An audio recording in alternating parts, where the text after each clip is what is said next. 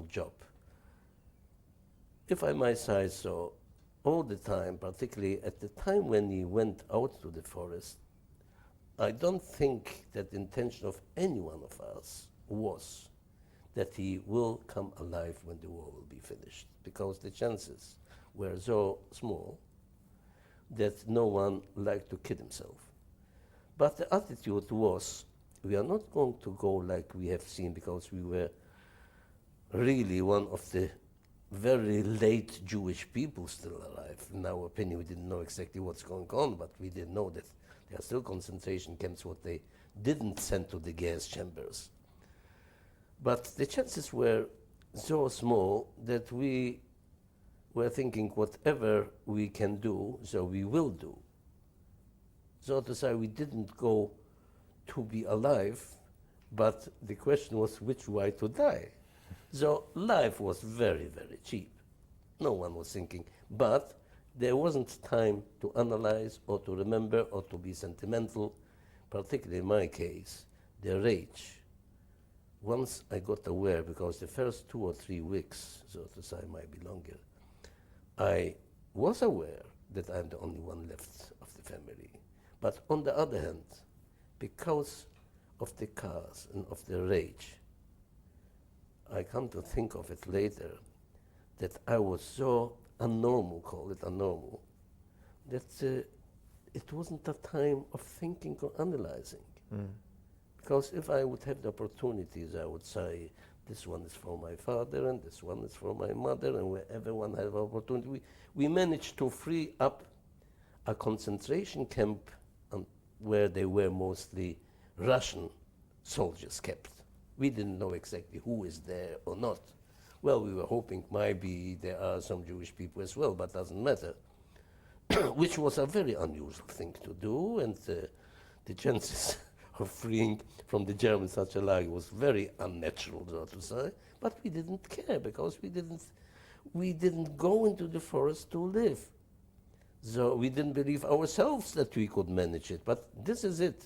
If one, this is the conclusion, at least what I came to.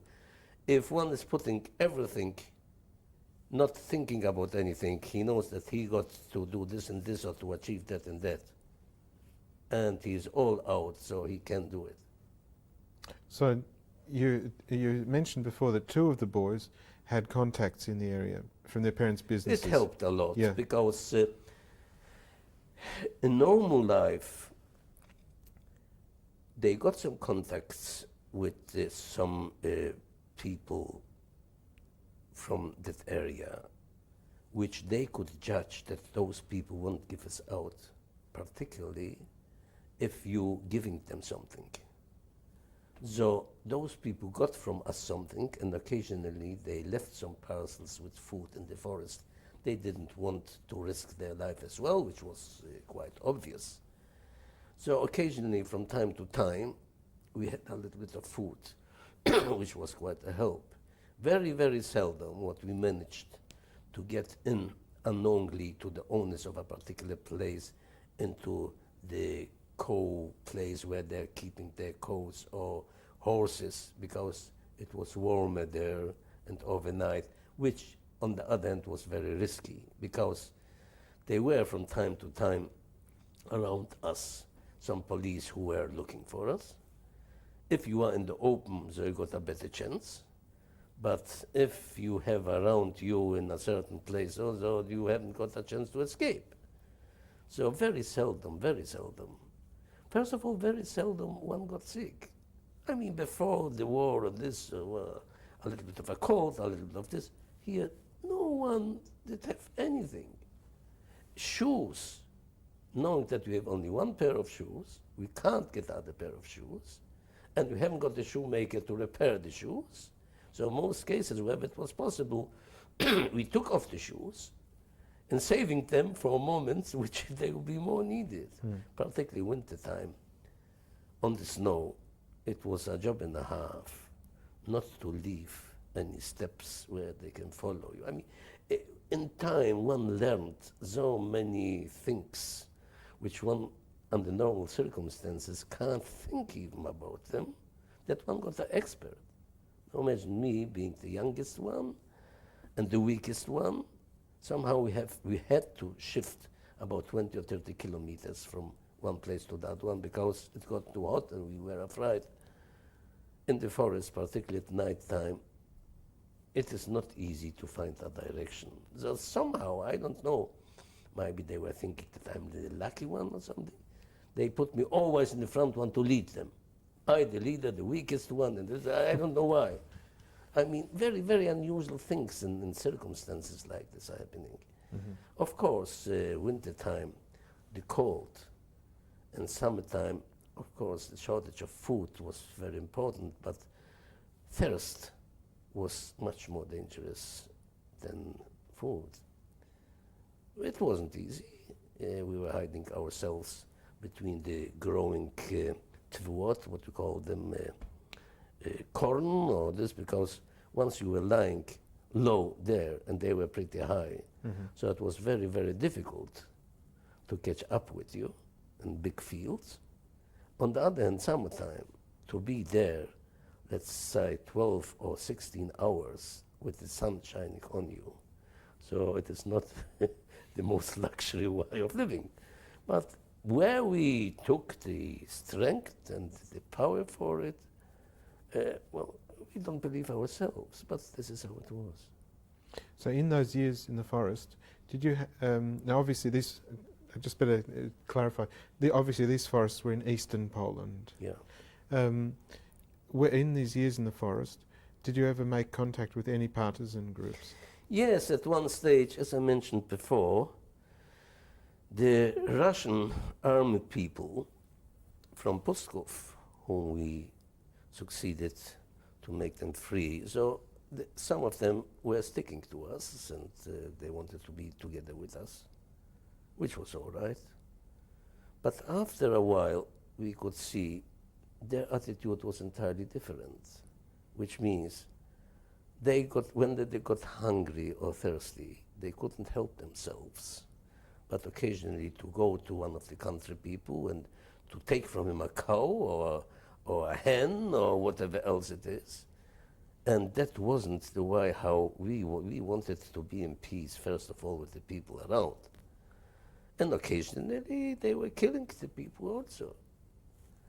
So soon enough, we tried, to divide ourselves completely from them, that they won't be able to find us entirely. Were you successful in cutting yourselves off from In those losing Russians? them? Yeah. Yes, look, we did know those areas so well that when I met the first Russian patrol, well, first of all, they wanted to put us into the jail, which was fair enough. I mean, you say that you are Jewish. No Jewish people are still alive. You are a spy, and until they got aware that we are not spies, but we are Jewish people. But by then, they kept me. They wanted to keep, they said, now look, you have to work now, as you know this area better than anyone. They could see that we broke through the German front and the Russian front. We did know so well the hills and the forests and everything. So you know that area. We need you now. And they didn't want to get to part with us. Somehow after 2 or 3 weeks, I managed simply to run away because I didn't want, to be with them, to the first Polish town, which was Rzeszów, which was about 30 or 40 kilometers. I simply ran away from them. Because I wasn't a very big Russian patriot as well. I was very thankful that I got freed through them. Okay, all right. But I didn't want to go to the Russian army. So this was still at the time when the Russian offensive had stopped? Yes, and then the Russians went further into the Polish territory, and then they went for Germany, and there where they came together with Americans in Germany from both sides. Mm-hmm.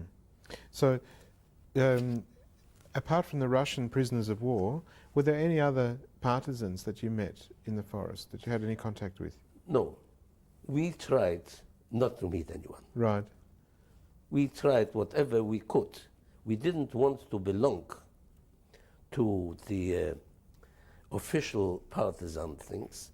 Yes, as I know, yes. This was still before I went out from the camp.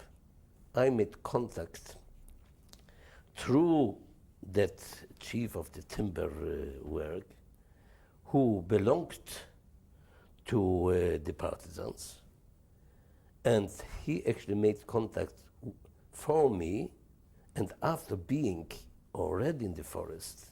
So at one occasion, it was the Armia Ludowa, that part of partisans which were not very anti-Semitic, only for a short time.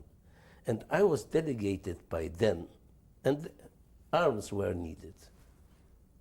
Partisans needed arms, whatever they did have, they didn't have enough. So I happened to make contact, you might be surprised, with no one else than Wacek. Wacek was the pseudonym of the present Pope, who helped partisans with arms or arm deals. Of course, he was talking to Edward, which was not my real name, and I was talking to Wacek, which was his pseudonym name, because the times were very risky, and if they would catch up with me or with anyone else and to torture him, so automatically you giving out. That was quite well known. Mm-hmm. So everyone was very careful. I didn't know with whom I'm talking, but one had to have the nose, so to say, smelled out straight away that I'm talking to someone who keeps his word. If he says something, either doesn't say, but once he says, so he's keeping, and I got very fast a kind of idea that I can rely. I won't be given out, first of all, then I can rely that a deal will be a deal. And at that stage, I arranged something for the partisans. That was only a short time, because we wanted to be separated also even from those AL partisans. We were thinking, and this was quite right, that we are better off if we are completely on our own. So even Armia Ludowa, although they weren't as anti-Semitic, originally they were not meant to be anti-Semitic, but still, they are the Jews, and here are we. This is number one. Number two, there were big clashes occasionally between Armia Ludowa and Armia Krajowa. So I was saying, if I have to get killed, so better on a mission where I'm trying to do something against the Germans.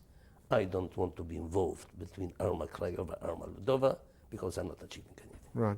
So was Armia Ludowa? Armia Ludowa was the socialist party, one, like the ones, the Polish government, which was in Russia, which later came to Lublin to form the government. right? Armia Krajowa was the ones in London. Right, and so obviously at the time you didn't know that Wacek was a priest. No. When did you make that connection? Well, okay, years later we were already in Australia and looking at the TV. So I called Mrs. Wolf and I told her, now, look at this, sit, don't say anything, because I'm not sure as yet, because it was quite a number of years since I was talking, I have seen Wacek, so I wasn't sure. And he changed his face, I mean, he would look different. But again, the noise, when he started to talk, then I said to my wife, look, this is Wacek. And it was announced that the Pope died, and it is a new Pope. And when they're starting to show on the TV, so I recognized this as Wacek.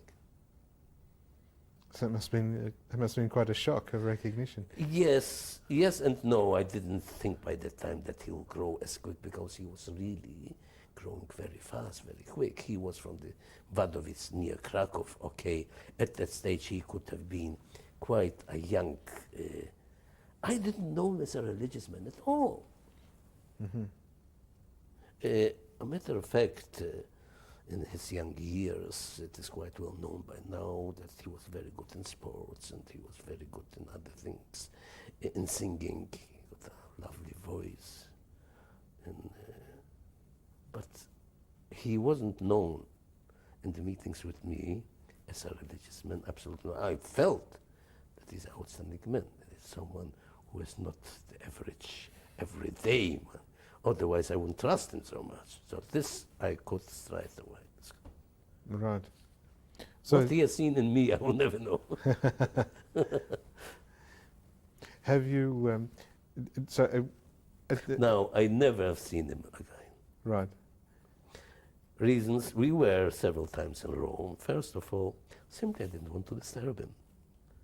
He got quite a big job to do. And secondly, in my opinion, this is as a private man now, he must probably be under very strong influence of Rome.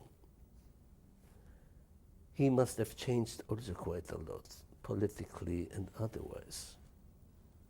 Well, I said to my wife at many occasions when you hear news from around the world, look, I would be expecting from Vacek something better than this, the way how I know him. I mean, that might be not right to say, but still, under the influence of Rome, so it doesn't matter if he's Polish or if he's Vacek or whatever else it is, people are making a mistake in thinking that the Pope by himself is doing all those things. Probably not. I don't know much about the Rome business. But he must be, every Pope, not him, under strong influence of a certain group, which are the hierarchy in Rome. This is what I imagine. Right. So, when you were first liberated, you had broken through to the Russian lines and you met a Russian patrol. Yes. And they wanted to keep you as a scout for that area. Correct. They asked me, well, you know who from the country people got a radio, who was listening to, who is a German kind of, what they want to know. So some of these things might have been quite dangerous to reveal. Besides, I'll tell you a secret. One of them, it is very difficult to believe. They could see that I'm not their man straight away. They got very good, sensible people there. And suddenly, a young man about 22, 23 years old is starting to talk to me Hebrew and Yiddish. And he knows a little bit about Talmud. And he's telling me now, look, you better stick with us. Here is vodka and here is this, and to have everything what you want. And it is a pleasure to work together with me under the Enkavudeh. You wouldn't believe it. To me, it was a shock that something like this is possible. But in the contrary, that put me more off. And I started to I didn't know, look, they probably got their intelligence, and I have to be very, very careful when I'm running away where I'm going to. I didn't want anyone to be able to catch up with me. But look, after the German occupation, and after knowing a little bit the Russians, you might be surprised how one is getting experienced with those things. When I was trying to find Heinrich Hamann. When I was trying to find Hans Niederhofer. You wouldn't believe what I used, what I would never believe that I can use wise like this. One is getting experience, one knows where to be careful and where, but they are facts. So you're saying that this man from the NKVD was a Jewish man, or yes, and he was a religious Jewish man, or a religious background? Religious background, definitely. Right. Studied, definitely. But he happened to be in Kabudeh, and they got him a good position. And he was working for them, not only working for them, but they also had people who can come into certain circles which in the average it would be difficult. Right. And those people can succeed. I mean, under normal circumstances, every average Jew, after a kind of a German spiel, so to say, and after all this what he went through, and after the partisans, if he's offered something what he was hungry for 4 or 5 years, everyone would jump into it. I mean, this is only normal. But you obviously saw that you could see them. Yes, I didn't want to get involved in it. My ambition in life was something a little bit different than to stay a big shot in the Enkavudeh. So, do you have any idea when this was, what year this was, what month this was? Yes, year and month. Let me tell you something. Since the day what they killed my father, dates, times, details of things got completely out of my mind. And I never tried to catch up with them because instantly by then there were so many more important things what one couldn't think of. Besides, I will tell you, I must have been for a certain time, I must have been completely out of order. If I like to examine now myself, and I'm not surprised at all, it made on me such a shock that I couldn't be probably 100% normal, not only remembering dates and things and other things like this. So I got very few dates or details in my mind, only the most outstanding things. For instance, I know exactly the date when they killed my father, because this is the date what I'm keeping the Yutzat.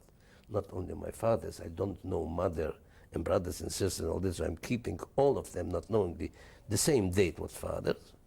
And it is always Erev Rosh Chodesh Elul, and every year the same, making a Yutzat, making here a big kiddush, and everyone knows that this day is my day here. No competition.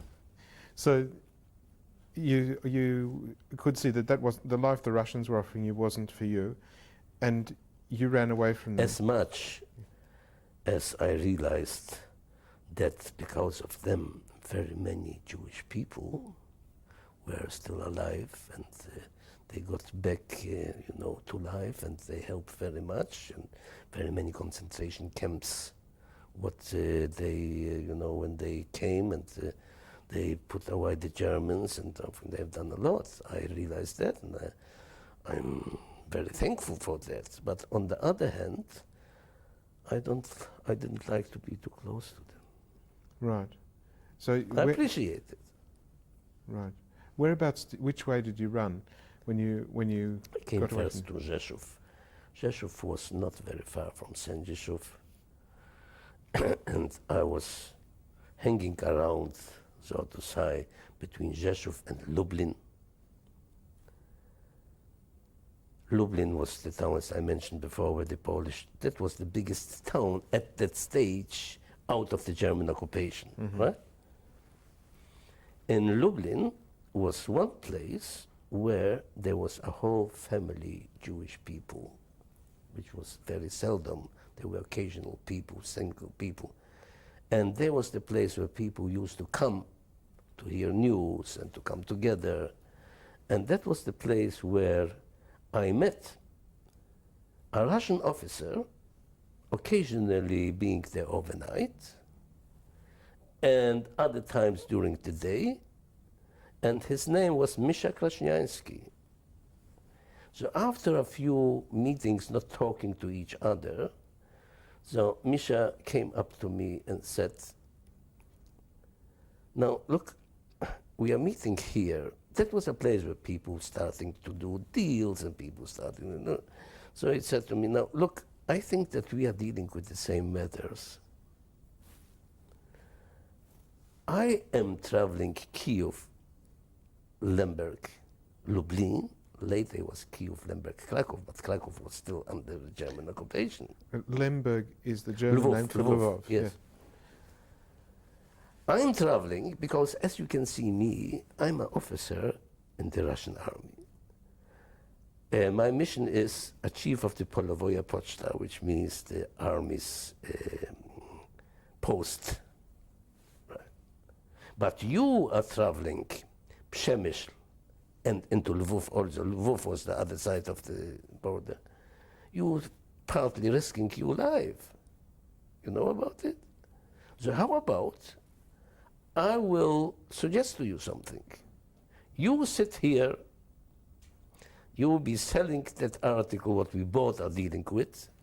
I will be traveling, and I will bring it. You will be selling it and prepare for me a new one, and I will be traveling.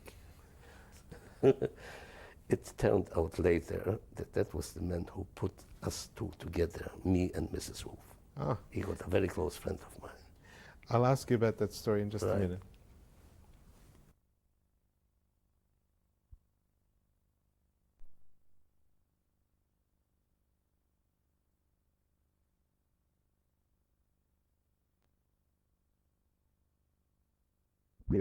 And he continued to travel. Right. So at this point, you were in Lublin, and what were the sorts of things that you were dealing in? Well, the difference between Russian rubles and German marks and Polish zlotys, because all of the three went up and down, and some Russian rubles could have been bought in the areas, in the Polish areas, and to take them to Russia, to bring from Russia the golden coins. So to Zeide they were called Hazelach. And American golden coins, there was quite big deals with those articles. So these coins obviously had been in Europe since before the war. Oh yes. Yeah. And and you were able to make a comfortable living from this, or? Very comfortable living, more than I needed, at least until the time when I managed to come to Krakow, because once coming to Krakow, so all Krakow was mine. I didn't need anything. On the contrary, they were in my place between 70 and 130 people living, and I was very happy, very glad that I could give other people, and particularly people who started to come later from the concentration camp. Mm-hmm.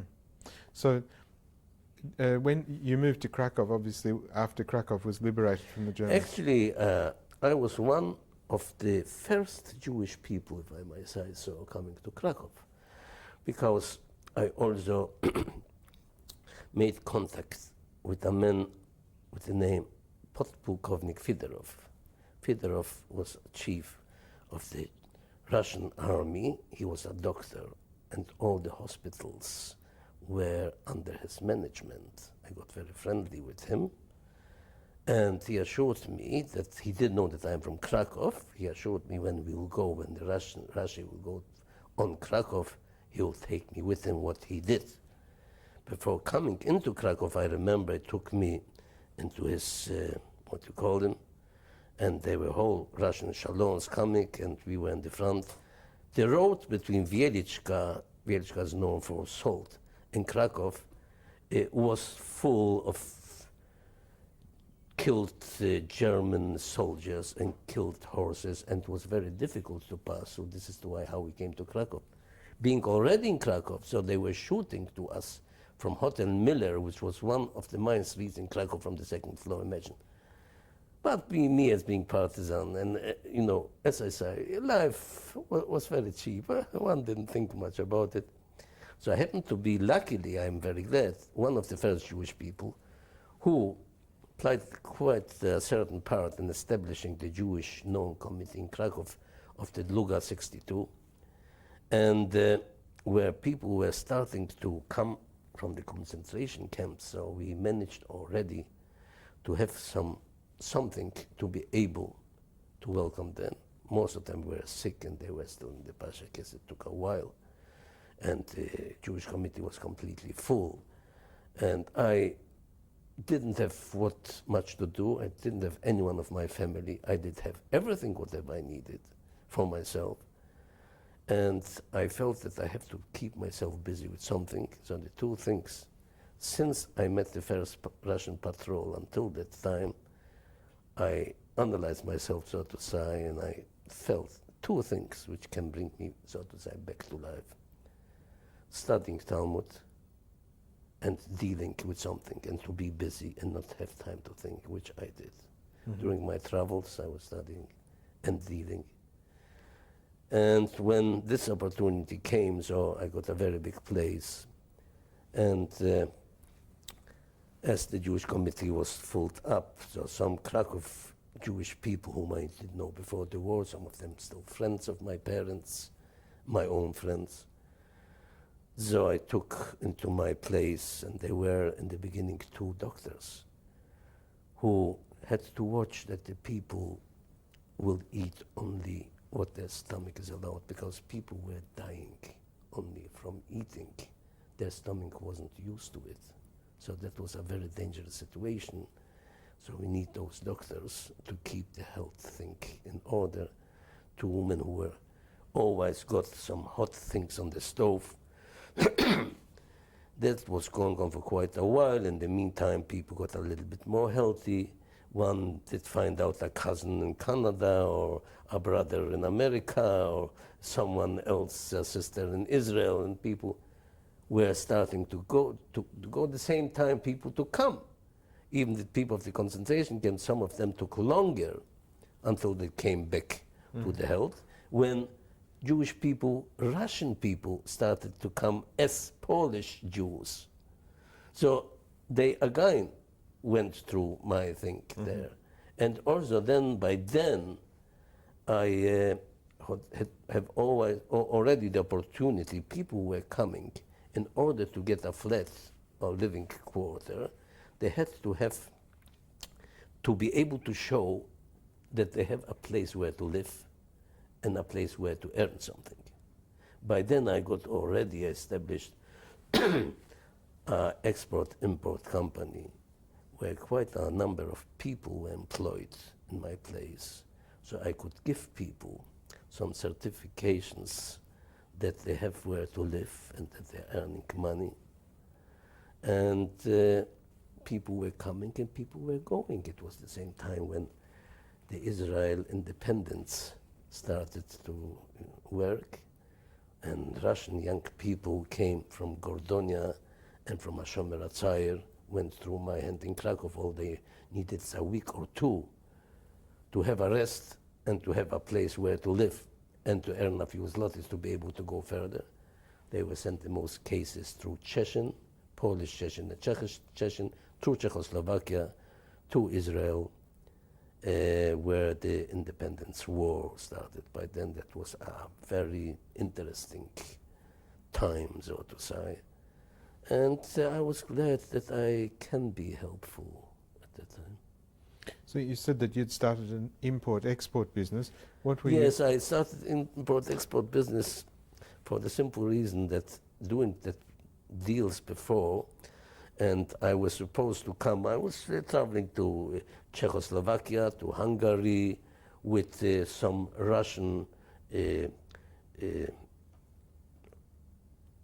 trucks with goods, where when I came to Krakow, so the people living in my place, I didn't want to give them just money to live, because I could see that it's not only the money problem, it is a problem where they had to feel that they are back human beings, not like Germans wanted to put them completely down. You got to bring them up, and that they will feel that they're earning their own money, and this is exactly what I did. Everyone was earning, so to say, his own money for a piece of bread, and this put them a little bit higher up. And also I was traveling around the world and doing all those deals. And one day I was supposed to come, let's say Amanda, and I didn't come. In the meantime, we got engaged and we got married. And before we married, so her late mother called me and asked me, now look, in case if you don't know, you have to have at least one room for yourself, because she could see people all around everywhere, right? Yes? Remember those times? Okay, fine. So I was supposed to come on Monday, and I didn't come Tuesday, not Wednesday. Nothing happened, but it was a Russian truck, Z's, like here we got Ford or Holden. And a part of the truck got broken down. Nothing happened to me, nothing. And I came a little bit later, but anyhow, they got a fright already. So they told me, now, look, you stop that kind of business. You don't go anywhere. Enough is enough. So between the people who were living in my place was one who said that my brother's wife's ex-cousin, and now is a part of the family. Okay. Avrum was his name. So he said to me one day, you know, would I have a few Polish zloty, I could have started a business. What kind of business would you start, Avrum? I will tell you, I was an exporter of feathers before the war. and what is króliki, I don't know. Anyhow, to make a long story short, I told him, look, Avrom, I have to go to Warsaw anyhow, now we're talking about it. You come with me. We came, and it was the minister, Hilary Mintz. He was quite well known. And I put to him a kind of thought, now look, Poland wants English pounds and Swiss francs and blah, blah, blah, a new country. And there is an article what the people are throwing out to the rubbish, which is feathers, because during the war, the country people didn't collect the rubbish because they didn't have where to sell and where it wasn't sent overseas. So I told him, from this rubbish can be made something what you need. I was thinking, yes, a very good idea, but you will never be able to do it. Why? Look, before the war, that article was 99% in Jewish hands. You haven't got the people who go now to the country to collect those feathers. You haven't got in the town someone who will be buying from them, and you won't have the exporter who's sending overseas with the connections. So forget about it. Okay, forget about it. I closed the door and I'm looking on that room. So he was very disappointed. So I, no, Avrom, what you say? I said, well, you heard what the man said, okay. All right. I said, no, Avrom, doing a mistake. You heard whatever he said, I'm going to do vice versa. I won't listen, not for 1 minute what he said. He looked at me like, look, I was young, I was ambitious. I came back to Krakow. I organized people going out to the country and starting to buy feathers. At those times, from the plane, advertisements throwing down that the people know not to put into the rubbish, but there's a place where they're paying zlotys for it. It took a long while until that was organized. And sometimes I was thinking already 3 months, 4 months, I haven't got even a shipment to send.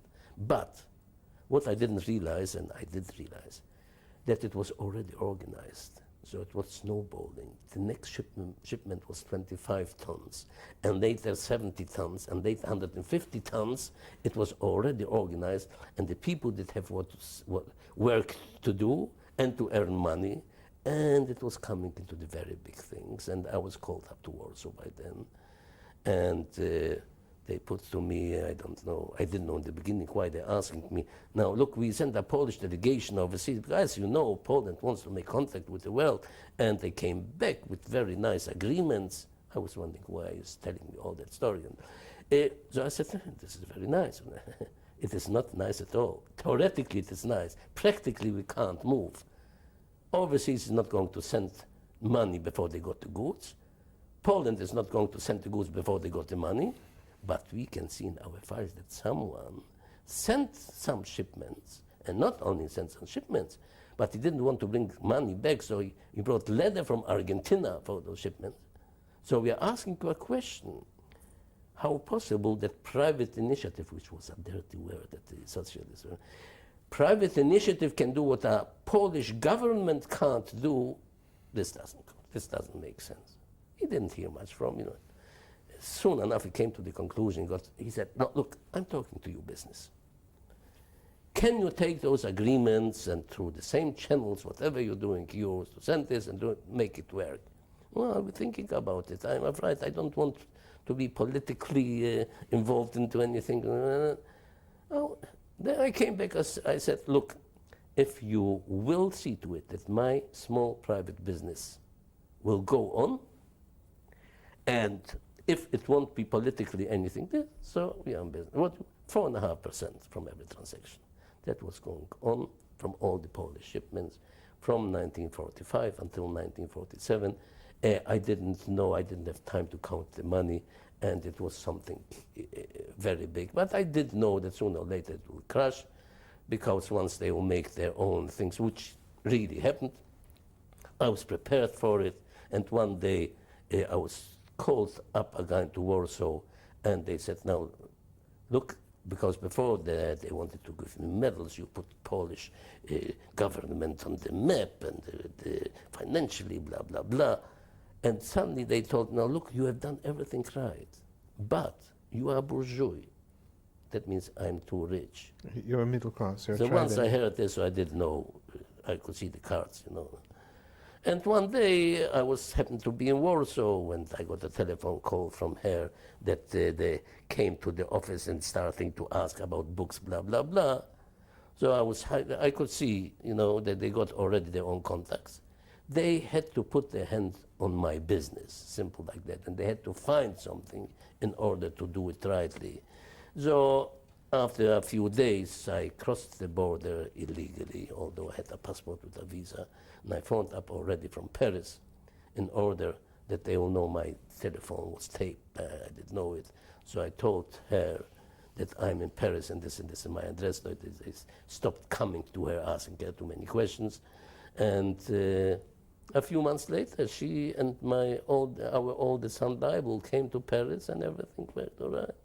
So, at the same time that you were trading and you were building a business up, you said that you had decided you had to study Talmud. So you'd already re-established your religious life. Oh yes, and right from the beginning, right since I met the first Russian patrol. And after you moved to Krakow, A little bit more. And then you were introduced to Mrs. Wolf. Yes. How was the introduction made? Was it a religious introduction match? Was made through Misha Krasniansky, our common friend, so to say. And it was a very religious, I think if my parents would be alive, so it wouldn't be in a different way. It would be exactly the same way. And by then also in Krakow, the men who has done the ceremony, actually I made him later a rabbi in Krakow, because I didn't know him from before, and he didn't know my parents from before, and I was at that stage quite influential in Krakow. And I established him as a rabbi, and unfortunately went later to New York, and he got a car accident. He was walking in a car and all that. Mm. So, and what year did you marry? Must have been 1945. And with all the confusion in Poland after the war, with establishing the new government and so on. The war was still on when we married. The war wasn't finished, but we could see already the results going to be pretty soon. So there was, obviously there must have been confusion in Poland because the new government was still establishing itself. How did the community set itself up? For example, how did you get kosher food? Well, generally, there were people who, they were rabbis, and they were kosher, they were shochtim. Right. Everything, whoever wanted. But look, at that stage, people still were not used. After being used years in concentration camp, not everyone came back so fast to the religious life. Whoever wanted got opportunities to. Besides, no one intended to stay there, although there was a pogrom in Kielce and other things. For the time being, some people were still sick. They couldn't move simply, but everyone got in mind sooner or later, we want to get out from here. We, for instance, wanted not only to get out, but to get out as far as possible to the end of the world. Maybe this is the reason why we took Australia. But in the meantime, we were about 2 years in Paris. So you established a very successful business in Poland. What was the name of your business? What I did know that sooner or later to crash. The name was Le Plim de Pologne. And I happen still to have a card from those times. I'll ask you to show that card when we look at the photographs. Yes. So when you moved, when your wife and your son Label moved to Paris, was it difficult for them to leave Poland? No, I wasn't afraid, although I left in a sudden situation, so to say. I felt that as soon as I left Poland, it would be better, which was true. I wasn't afraid about her. First of all, I kept her always, not only in that time, but always I kept her completely, so to say, safe from whatever I did do in my life, right or wrong, doesn't matter, that she will be completely protected. So I wasn't afraid about her. But I simply didn't want that they would come to her too often and ask questions. So I made a telephone call from Paris in order to get rid of them, what I did. And later I was expecting them at the Orly airport in Paris, and I brought them into a very nice flat, and everything was lovely. And we spent in Paris 2 years, like they used to say, as got under the oven or something, you know. So you left Poland in 1947, was it? Yeah. And do you remember what month? No? She might remember. Actually, we got the same question only a couple of days ago. You remember what date we came to Australia? What date we left Poland? Or okay? Can I speak? I guess so, yeah. I won't give you a date, but I left Poland because I was 2 years, 6 months after him. I left Poland, it was autumn. In autumn? I know, autumn. Autumn in 1947. Right. So that was around Rosh Hashanah time, So, in 1947, yeah. yes. And then you were in Paris for 2 years. Mhm. And in Paris, did you continue in business or? Very little. Occasionally I was going to Switzerland, make occasionally some deals, which one deal was enough for a few months. It wasn't a kind of a business where I had to be connected with it. We lived a very nice life there as young people, and we enjoyed it. And you came, and when you left Paris, did you know that you were coming directly to Australia at No, the we time? have the papers to go to Australia. There were circumstances which why we got those papers, because it was very difficult, and we got somehow those papers simply for money.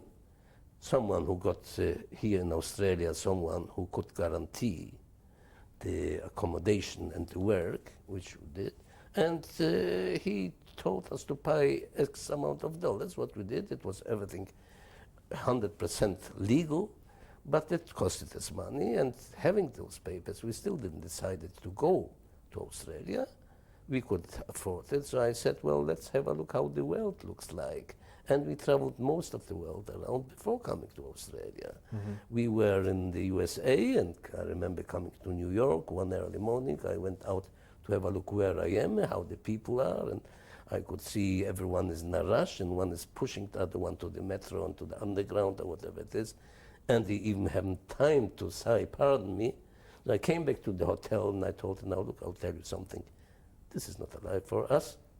So let's keep on going. We went to Canada. I happened to have a cousin there, and they wanted absolutely that we'll stay with them. But Toronto was too close to New York. It was the overproduction right after the war, and people went for holidays. So I asked them, well, what is the holiday time now? So they said, instead of losing money in the business, they were fair business mostly. So let's lose the money for a holiday. So I could see it is not booming.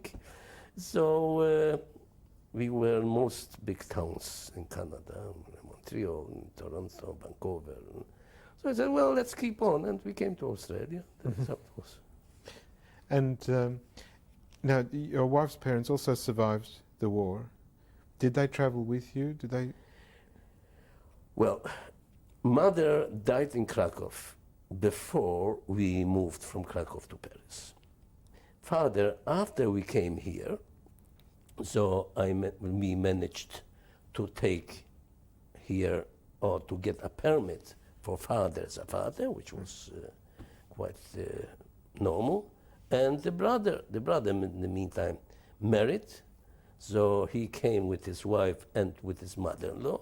We took him over here to Australia, and this is how it was. Uh-huh. So you were reunited and reformed in Correct. Australia. So Without mother, of course. right. Father remarried here. He died a natural death. He was quite an old man. So what year was it when you settled in Australia? Well, we came to Australia with very big hopes. When we came, when could it have been? In 1949 or 48 maybe. 1949, yes. By then I established, which never came. I heard that shoe manufacturing is very good. I was never in the shoe business. So her brother was still in France. I told him to get some machinery, newest machinery possible, and some people know about shoes. Okay, so those people were supposed to be partners, and I arranged all the costs for their families in coming here to Australia. And what happened is that the machines were not sent from Italy to my address, but to their address. In other words, they were taken away from us. And the people never had in mind to work together with me. It took me quite a while through the police here. I couldn't do much because it was something which was done over there in Europe. I lost by then quite a lot of money, and I was thinking about starting something else, which was millinery, hat manufacturing, because it didn't need so much. So again, I bought a bit of machinery in France, and I established a millinery business in the backyard of our home. This is how I started. Whereabouts were you living then? In Brunswick, Mm-hmm. in 212 Moreland Road, Brunswick. That was going on for a while until I got quite a big place in Northcote from Mr. Peters, who was the mayor of Northcote, who was also millinery. So I bought it from him. And it didn't take very long, maybe only about 2 or 3 years, where French Creations Proprietary Limited, that was the name of my company, was exporting and importing for Australia and New Zealand, one of the biggest millinery manufacturing. Mm-hmm. And did you remain in the millinery business? Oh, about 4 or 5 years, or maybe longer, but in the same time I started to do in building and development, and slowly I tried. I didn't want to be, so to say, bound up with manufacturing, which didn't give me enough time what we wanted to go overseas or other things. So slowly I was trying to get rid of the manufacturing, and I was more involved every time more in developing. Uh-huh.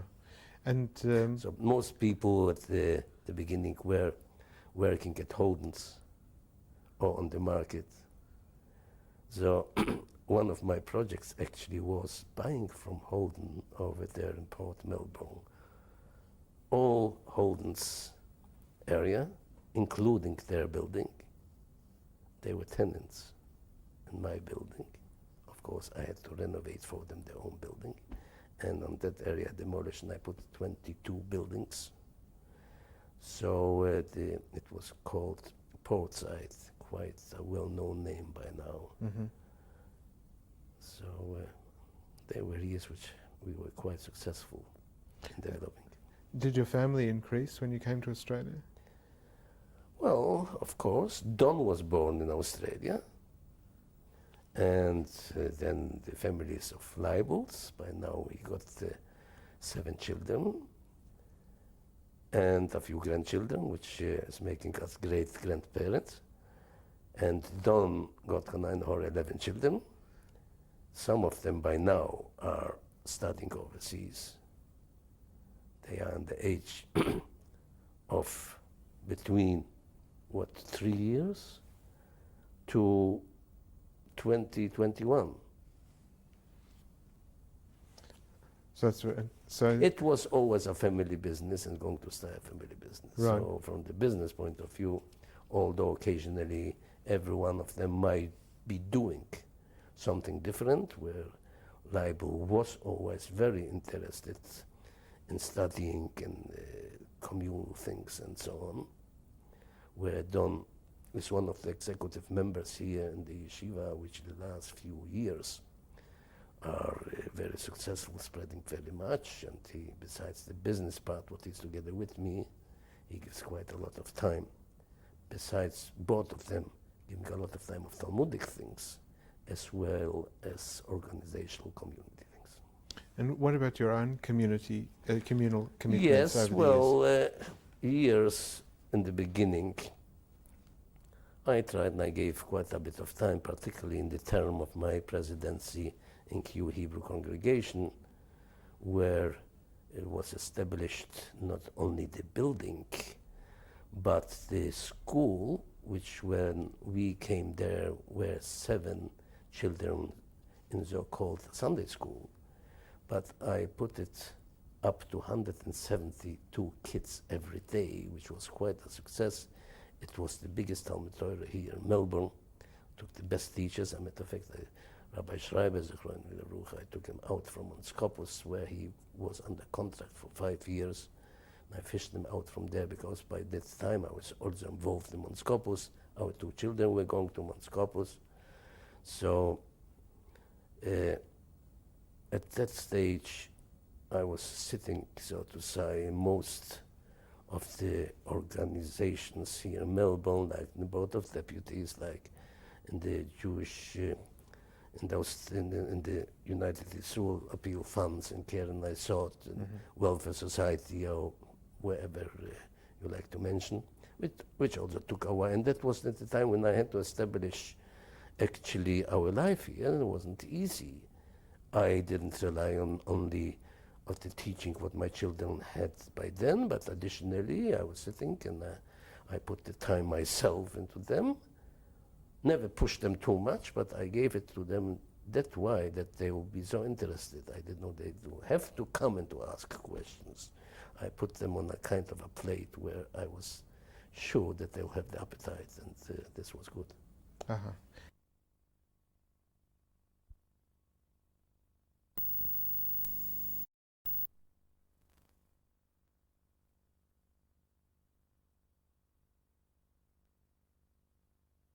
Of the interview with Mr.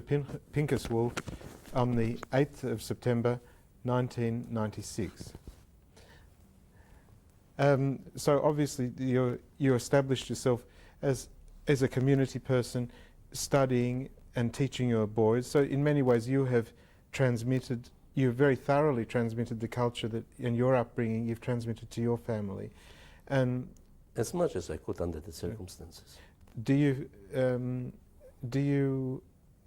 feel that you did this? Did you feel that you did this as a means of perpetuating your family, the memory of your parents, or I'd like to. My question is a bit clumsy.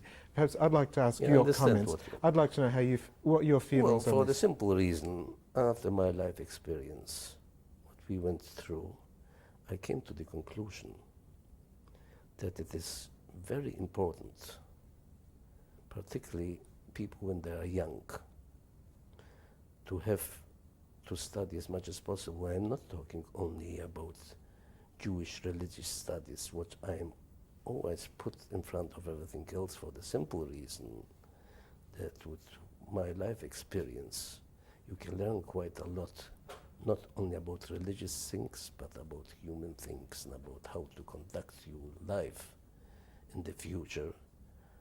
I don't believe that shortcuts are successful. Like, I don't believe that taking a schoolboy of 13 years old and to prepare him only for the bar mitzvah, which is one day, that months and months of work should go into that boy for that one day only to be able to read the Maftir with the Haftorah. That wasn't in our times. It was different. Mm-hmm. In our times they were studying in order to give them something for their whole life. And I noticed particularly during the war years that very many people who got that kind of study behind them and who were continuing, and not only religious studies, any kind of study who makes people some more knowledgeable, not extreme, is very important for all their life.